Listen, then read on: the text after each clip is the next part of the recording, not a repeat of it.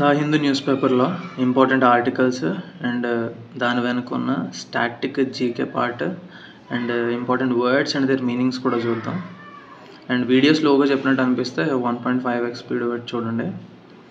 So first ఆర్టికల్లో ఇక్కడ Parle meaning important మనకి. పార్లే అంటే టాక్స్ అండ్ నెగోసియేషన్స్, అంటే ఒక two different parties opposite sides తీసుకొని ఒక డిస్కషన్ చేయడం పార్లే. దీని మీనింగ్ ఇంపార్టెంట్. అండ్ మనకి నెక్స్ట్ ఆర్టికల్లో section 69A of information technology act 2000.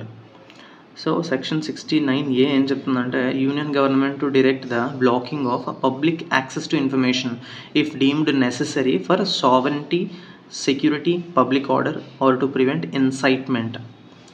So section 69A ఏంటంటే ఇట్ ఎంపవర్స్ ద గవర్నమెంట్కి ఒక పవర్ ఉంటుంది to direct social media handles and social media giants ఉన్నాయి కదా, టెక్ ఫర్మ్స్ ఉన్నాయి కదా, వాటికి ఆర్డర్స్ ఇవ్వడానికి to block information which is a threat to the national security. And ఇక్కడ మనకి ఈ ఆర్టికల్లో Chiranjeevi honoured in UK parliament lifetime achievement award ఇచ్చారు in public service.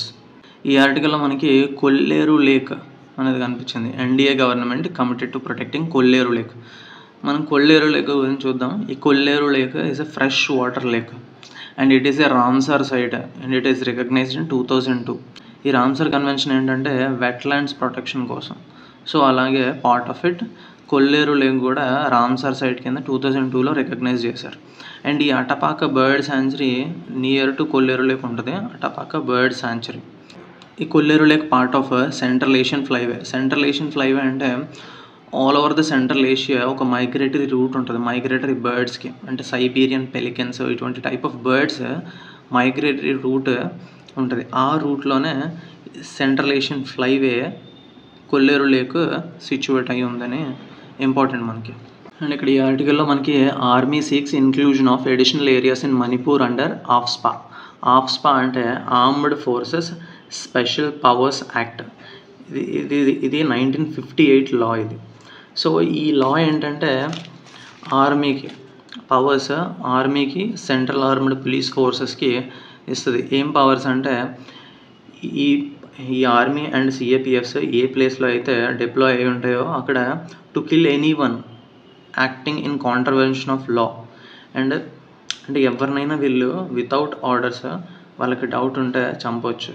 And also వాళ్ళ ప్రెమైసెస్ ఉంటాయి కదా, వితౌట్ ఏ వారెంట్ వీళ్ళు సెర్చ్ చేయొచ్చు, లేదంటే పర్సన్స్ని అరెస్ట్ చేయొచ్చు. అండ్ ఆల్సో వీళ్ళకి ప్రాసిక్యూషన్ నుంచి ప్రొటెక్షన్ కూడా ఉంటుంది. సో ఇలా యాక్చువల్లీ ఎందుకంటే డిస్టర్బ్డ్ ఏరియాస్ కొన్ని ఉంటాయి కదా, అక్కడ యాక్చువల్లీ సిచ్యువేషన్ని నార్మలైజ్ చేయడం కోసం డిస్టర్బ్డ్ ఏరియాస్ కింద ప్రకటించి అక్కడ డిప్లాయ్ చేస్తారు. ఈ సిఏపిఎఫ్ అండ్ ఆర్మీ జవాన్స్ని అక్కడ డిప్లాయ్ చేస్తారు. సో సిచ్యువేషన్ నార్మలైజ్ చేయడానికి. So AFSPA act 1958 law is very important. ఈ ఆర్టికల్ మనకి Assam chief minister Himanta Biswa Sarma and governor Lakshman Acharya. ఈ ఆర్టికల్లో ఇది బ్యాంకింగ్ ఎగ్జామ్స్కి important. Reserve bank appoints Indranil Bhattacharya as executive director. So ఇది ఈ ఫ్యాక్ట్ బ్యాంకింగ్ ఎగ్జామ్స్కి ఇంపార్టెంట్. అండ్ ఆల్సో ఇక్కడ మనకి నాన్ కన్వర్టబుల్ డిబెంచర్స్ ఒక వర్డ్ వచ్చింది. నాన్ కన్వర్టబుల్ డిబెంచర్స్ అంటే these are some financial instruments, అంటే డెట్ ఇన్స్ట్రుమెంట్స్ కంపెనీస్ రేజ్ చేస్తాయి. ఈ బాండ్స్ని కానీ ఈ డిబెంచర్స్ని కంపెనీస్ ఇష్యూ చేస్తాయి. ఎందుకంటే లాంగ్ టర్మ్ ఇన్వెస్ట్మెంట్ తీసుకురావడం కోసం కంపెనీస్ ఇష్యూ చేస్తాయి. ఇవి ఎన్సిడీస్ అంటారు, నాన్ కన్వర్టబుల్ డిబెంచర్స్. ఇవేంటంటే రెగ్యులర్ ఇంట్రెస్ట్ పేమెంట్ చేస్తూ ఉంటుంది కంపెనీ. ఎవరైతే ఈ డిబెంచర్స్ని కొనుక్కున్నారో వాళ్ళకి రెగ్యులర్ ఇంట్రెస్ట్ పేమెంట్ ఉంటుంది. And also at the end of the term, ఇంత టర్మ్కి అని చెప్పేసి ఆ డిబెంచర్స్ ఇష్యూ చేస్తారు కదా, ఆ టర్మ్ అయిపోయిన తర్వాత ఫిక్స్డ్ క్యాపిటల్ ఏదైతే వీళ్ళు పెట్టుకొనుకున్నారో ఆ అమౌంట్ని రిటర్న్ చేస్తారు. ఇది నాన్ కన్వర్టబుల్ డిబెంచర్స్ అని ఎందుకన్నారంటే ఇప్పుడు ఆ కంపెనీ రేజ్ చేస్తుంది కదా, ఆ కంపెనీకి ఈక్విటీ షేర్స్ ఉంటాయి కదా, ఈక్విటీ షేర్స్ అంటేనే ఈక్విటీ. అందులో ఆ ఈక్విటీ షేర్స్ని కన్వర్ట్ చేసుకోలేని విధంగా ఈ డిబెంచర్స్ ఉంటాయి.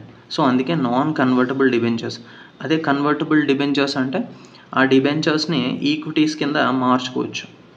బట్ ఇక్కడ ఏంటంటే నాన్ కన్వర్టబుల్ డిబెంచర్స్లో అలా మార్చుకునే అవకాశం ఉండదు. సో రెగ్యులర్ ఇంట్రెస్ట్ పేమెంట్స్ వస్తుంది. At the end of the term వాళ్ళు పెట్టిన ప్రిన్సిపల్ అమౌంట్ ఇస్తారు, రిటర్న్ చేస్తారు. అండ్ ఆల్సో ఈ నాన్ కన్వర్టబుల్ డిబెంచర్స్ సెకండరీ మార్కెట్లో అమ్ముకోవచ్చు, అంటే సెల్ చేయొచ్చు. అంటే ఎవరైతే ఫస్ట్ పర్సన్ కొన్నారో సెకండ్ పర్సన్కి అమ్మొచ్చు, సమ్ అమౌంట్ పెట్టుకొని సెకండ్ పర్సన్కి అమ్మొచ్చు. అలా ఈ సెకండరీ మార్కెట్లో కూడా సెల్ చేయొచ్చు అండ్ బై చేయొచ్చు. So that is all about non convertible debentures. ఈ ఫ్యాక్ట్ ఇంపార్టెంట్ మనకి. Tata communications limited unveils AI cloud service Vayu. So which organisation or which company issued AI cloud service, unveiled AI cloud service వాయు అని అడిగారంటే Tata communications limited. And ఇక్కడ మనకి ఇక్కడ ఒక picture ఇచ్చారు. మనం ప్రతిరోజు న్యూస్ పేపర్లో పిక్చర్ వస్తే దాని వెనకాల ఉన్న జీకే పార్ట్ చూస్తున్నాం, ఎందుకంటే వెరీ ఇంపార్టెంట్. సో ఇక్కడ మనకి టర్మరిక్, ఒక ఫార్మర్ టర్మరిక్ అంటే పసుపు, టర్మరిక్ స్టెమ్స్ని హార్వెస్ట్ చేస్తున్నాడు. సో ఇక్కడ మనకి దీని వెనకాల ఉన్న స్టాటిక్ పార్ట్ చూద్దాం. నేషనల్ టర్మరిక్ బోర్డ్ ఎస్టాబ్లిష్ చేశారు ఎవరు? Ministry of commerce and industry. And head quarters ఎక్కడంటే నిజామాబాద్, తెలంగాణలో ఉంది national turmeric board. And turmeric అనేది ఒక స్టెమ్, బయాలజీ పార్ట్లో ఇంపార్టెంట్. ఇది రైల్వే ఎగ్జామ్స్కి అండ్ ఎస్ఎస్సి ఎగ్జామ్స్కి కూడా. టర్మరిక్ మనం కన్జ్యూమ్ చేసే పార్ట్ ఏదైతే ఉందో అది stem part. And also India is the largest producer, largest consumer, largest exporter of turmeric. And also మనకి టర్మరిక్లో వెరైటీస్ ఉన్నాయి అండ్ వాటికి జిఐ ట్యాగ్స్ కూడా. జిఐ ట్యాగ్ అంటే జియోగ్రాఫికల్ ఇండికేషన్ ట్యాగ్. ఇది ఒక స్పెసిఫిక్ ఏరియాలో పండించే ఒక పంటకి కానీ ఒక వస్తువుకి కానీ ఆ ట్యాగ్ని మనం ఇచ్చామంటే దానికి ఒక యూనిక్నెస్ ఉంది అని అర్థం. అండ్ ఆ యూనిక్నెస్తో దానికి ఒక ప్రైసింగ్, దానికి ఒక బ్రాండ్ వాల్యూ క్రియేట్ చేస్తారు ఈ జిఐ ట్యాగ్ ప్రొవైడ్ చేసి. అలానే ఈ లక్కడాంగ్ టర్మరిక్ అని చెప్పేసి మేఘాలయలో ఉన్న టర్మరిక్ వెరైటీని జిఐ ట్యాగ్ ఇచ్చారు. అండ్ కందమల్ హల్దీ అంటారు, కందమల్ పసుపు, కందమల్ టర్మరిక్ ఒడిషా రాష్ట్రంలో. అండ్ అమూర్ టర్మరిక్ నిజామాబాద్లో. ఈ జిఐ ట్యాగ్స్ అండ్ ఈ turmeric varieties and related states very important. And ఇక్కడ మనకి no windfall tax on oil firms after new law. Puri ఎవరంటే మనకి petroleum minister Hardeep Singh Puri. So windfall tax ఇక్కడ నుంచి ఉండదు ఆయిల్ ఫార్మ్స్ పైన ఆఫ్టర్ న్యూ లా, కొత్త లా వచ్చిన తర్వాత అని చెప్పేసి చెప్పారు. విండ్ ఫాల్ ట్యాక్స్ ఏంటంటే మార్కెట్లో సడన్ చేంజెస్ వచ్చినప్పుడు కానీ అవి వచ్చినప్పుడు కంపెనీస్, స్పెసిఫిక్ ఆయిల్ కంపెనీస్ ఉన్నాయి కదా, సమ్ టైప్ ఆఫ్ ఇండస్ట్రీస్ కానీ కంపెనీస్ కానీ ఆ మార్కెట్ చేంజెస్ వల్ల అన్ఎక్స్పెక్టెడ్ ప్రాఫిట్స్ అంటే large profits, above average profits వచ్చినట్లయితే ఆ ప్రాఫిట్స్ మీద విండ్ ఫాల్ ట్యాక్స్ అనేది గవర్నమెంట్కి కట్టాల్సి ఉంటుంది. సో నౌ ఈ న్యూ లా వచ్చిన తర్వాత విండ్ ఫాల్ ట్యాక్స్ ఉండదు అని చెప్పేసి హర్దీప్ సింగ్ పూరి చెప్పారు.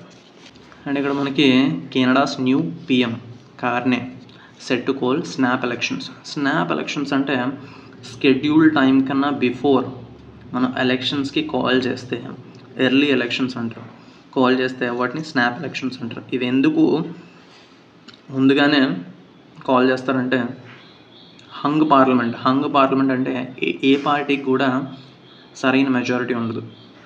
సో ఒక క్లియర్ మెజారిటీని సంపాదించుకోవడం కోసం snap elections Canada new PM announce చేశారు ఫర్ ఏప్రిల్ 28.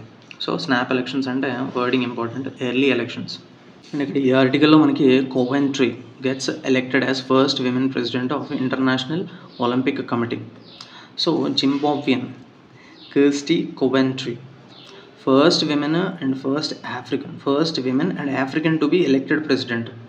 సో ఇప్పుడు ప్రస్తుతం ఆన్గోయింగ్ ప్రెసిడెంట్ ఎవరంటే థామస్ బ్యాక్, ప్రీవియస్ డేస్లో మనం చదువుకున్నాం. సో నౌ పోస్ట్ని రీప్లేస్ చేసి కొత్త పర్సన్ వచ్చారు, జింబాబ్వియన్ క్రిస్టీ కోవెంట్రీ. అండ్ ఈవిడ 2 time Olympic swimming champion and also ఇప్పుడు యంగెస్ట్ ఎలెక్టెడ్ ప్రెసిడెంట్. దీనికి ఐఓసి అంటే ఇంటర్నేషనల్ ఒలింపిక్ కమిటీకి యంగెస్ట్ ఎలెక్టెడ్ ప్రెసిడెంట్. సో ఇది ఇంపార్టెంట్, న్యూ అపాయింట్మెంట్స్లో ఇంపార్టెంట్, బ్యాంకింగ్ ఎగ్జామ్స్కి చాలా ఇంపార్టెంట్. ఇది ప్రీవియస్లీ చదువుకున్నాం మనం. Boxing receives official IOC note for Los Angeles games. Los Angeles games అంటే 2028లో లాస్ ఏంజల్స్లో జరుగుతుంది Olympic games. So Los Angeles games boxing అక్కడ అఫీషియల్ నోట్ ఇచ్చింది ఐఓసి. అండ్ ఇక్కడ మనకి ఇందాక చదువుకున్న విండ్ ఫాల్ ట్యాక్స్ అని, ఇక్కడ అలాగే మన టీమిండియాకి 58 crore cash award for champions trophy victory ఇచ్చారు. బట్ ఓకే, ఇందాక మనం ట్యాక్స్ విషయంలో విండ్ఫాల్ ట్యాక్స్ అని చదువుకున్నాం. అండ్ ఇక్కడ విండ్ఫాల్ ఏంటంటే విండ్ఫాల్ అని ఇచ్చారు. ఇక్కడ windfall will cover the players, coaching and support staff and members of the men's selection committee headed by Ajit Agarkar. ఇక్కడ విండ్ఫాల్ ఎందుకు వచ్చిందంటే ఇక్కడ కూడా సేమ్ మీనింగ్, కాకపోతే ద డిఫరెంట్ కంటెక్స్ట్ ఇది. ఈ క్యాష్ రివార్డ్ ఏదైతే ఉందో 58 crore, ఇది విండ్ఫాల్. ఈ విండ్ఫాల్ అని ఎందుకన్నారంటే అన్ఎక్స్పెక్టెడ్ గెయిన్. ఇది విండ్ఫాల్ అంటే ఇందాక మనం అన్ఎక్స్పెక్టెడ్ ప్రాఫిట్స్ వచ్చినప్పుడు ట్యాక్స్ కట్టాలి అని చెప్పాం కదా, అలాగే ఇక్కడ విండ్ఫాల్ అంటే same meaning but different context. So ఒకే వర్డ్ని డిఫరెంట్ కంటెక్స్ట్లో ఎలా యూజ్ చేస్తారో ఇక్కడ మనం చూడొచ్చు. The windfall, unexpected gain or unexpected profit. So వీళ్ళు ఎక్స్పెక్ట్ చేయలేదు కదా, ఇలాంటి క్యాష్ రివార్డ్ అయితే ఎక్స్పెక్ట్ చేయలేదు కదా. సో అన్ఎక్స్పెక్టెడ్ గెయిన్ అంటే విండ్ఫాల్, ది అదర్ సినోనిమ్. అలాగే మనం దీన్ని బట్టి విండ్ఫాల్ ట్యాక్స్ కూడా గుర్తుపెట్టుకోవచ్చు. స్పోర్ట్ రిలేటెడ్ పర్సనాలిటీస్ చూస్తున్నాం. ఇక్కడ స్క్వాష్ రిలేటెడ్ ప్రీవియస్ 3 days నుంచి చూస్తున్నాం. ఆకాంక్ష సాలుంకే, అనాహత్ సింగ్, వీర్ చోత్రాని. న్యూ నేమ్ వచ్చింది మనకి Veer Chotrani. So these people are related to squash game. So that's it for today. Thank you.